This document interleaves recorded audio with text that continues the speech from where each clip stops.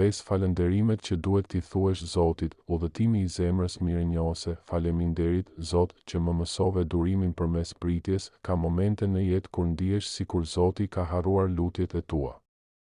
Lutesh për shërim, për dashuri, për drejtim. Dhe përgjigjja duket se vonon, por a e ke menduar ndonjëherë se vonesa është pjesë e planit të Tij, se pritja nuk është ndëshkim, por një ftesë për të besuar më thellë. Pritja forcon shpirtin. Ajo ushqen durimin, ndërton karakterin dhe na bën gati për bekimet që kërkojmë, sepse ndonjëherë ne duam diçka, por nuk jemi ende gati ta mbajmë atë përgjegjësi. Në vend që të zemërohesh, mëso të thuash: Faleminderit, Zot, që po më mësove të pres me besim, jo me ankth. Çdo ditë pritjeje është një ushtrim i besimit dhe një përgatitje për një të ardhme më të ndritur. Faleminderit, Zot, që nuk më dhe gjithçka që kërkova. A ke menduar ndonjëherë sa shumë gjëra ke kërkuar në jetë dhe Zoti nuk t'i dha? Në atë moment ndoshta u ndjeve i lënduar, i zhgënjur, por sot, duke parë pas, ndoshta kupton, Zoti po të mbronte.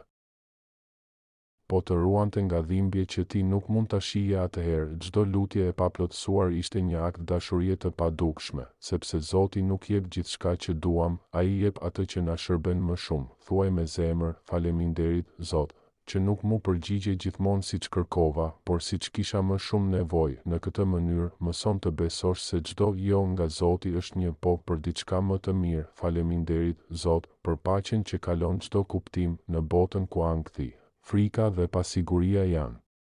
Përditshmëri, paqja e vërtet është një dhuratë qiellore, nuk vjen nga rrethanat. Nuk vjen nga paraja. Nuk vjen nga siguria e jashtme, ajo vjen nga një marrëdhënie intime me Zotin. Është ajo ndjesi që të mbush kur gjithçka jashtë duket në kaos, por ti brenda ndihesh i qetë, i sigurt. Është ajo paqe që të flet: Unë jam me ty, mos ki frikë. Thuaj: Faleminderit, Zot, që më jep një paqe që nuk mund ta kuptoj bota, por që mbështjell shpirtin tim me dritë. Faleminderit, Zot, që më jap shpresë kur mendoj se jam në fund. Ka ditë që ndihesh bosh. Ditë që gjithçka duket pa kuptim. Ditë kur mendohet se rruga jote ka mbaruar, por ja, një fije shprese vjen si një dritë e vogël në errësirë, një buzëqeshje nga dikush.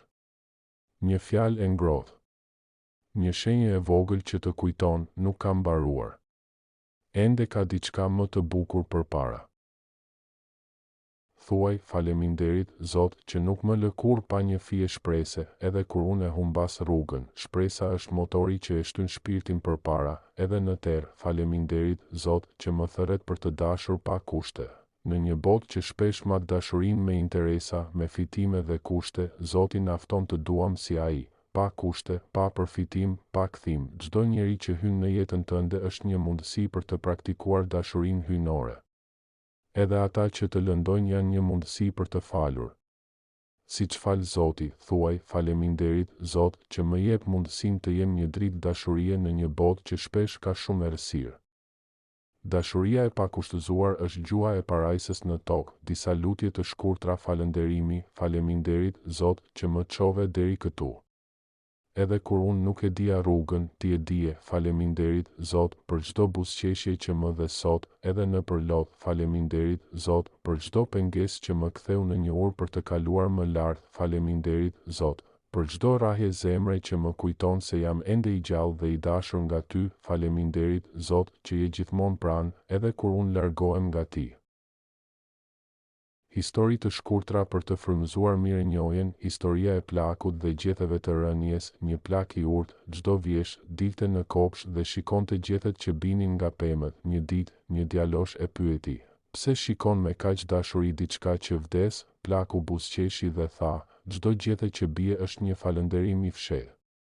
Është pema që falenderon për jetën që ka pasur gjatë vitit. Çdo fund është një mirënjohje për rrugën e kaluar dhe një fillim i ri i bekuar. Mësimi i ushtarit në luftë. Një ushtar, në mes të një betejë të ashpër, gjeti një moment të qetë dhe u ul të falenderoj: Faleminderit, Zot, jo që më shpëtove nga plumbat, por që më dhe paqen për t'u përballur me çfarëdo që të ndodh. Ndonjëherë forca më e madhe nuk është të ikësh nga vështirësitë, por të kesh paqe në zemër edhe brenda stuhisë. Pse falënderimi është transformues? Kur falenderon, Mendja jote zhvendoset nga mungesa tek pasuria, kur falenderon, zemra jote mbushet me dashuri, jo me zili, kur falenderon, shpirti yt ndjen praninë e Zotit në çdo detaj të jetës. Falenderimi është çelësi i portës së qiellit në shpirtin tënd.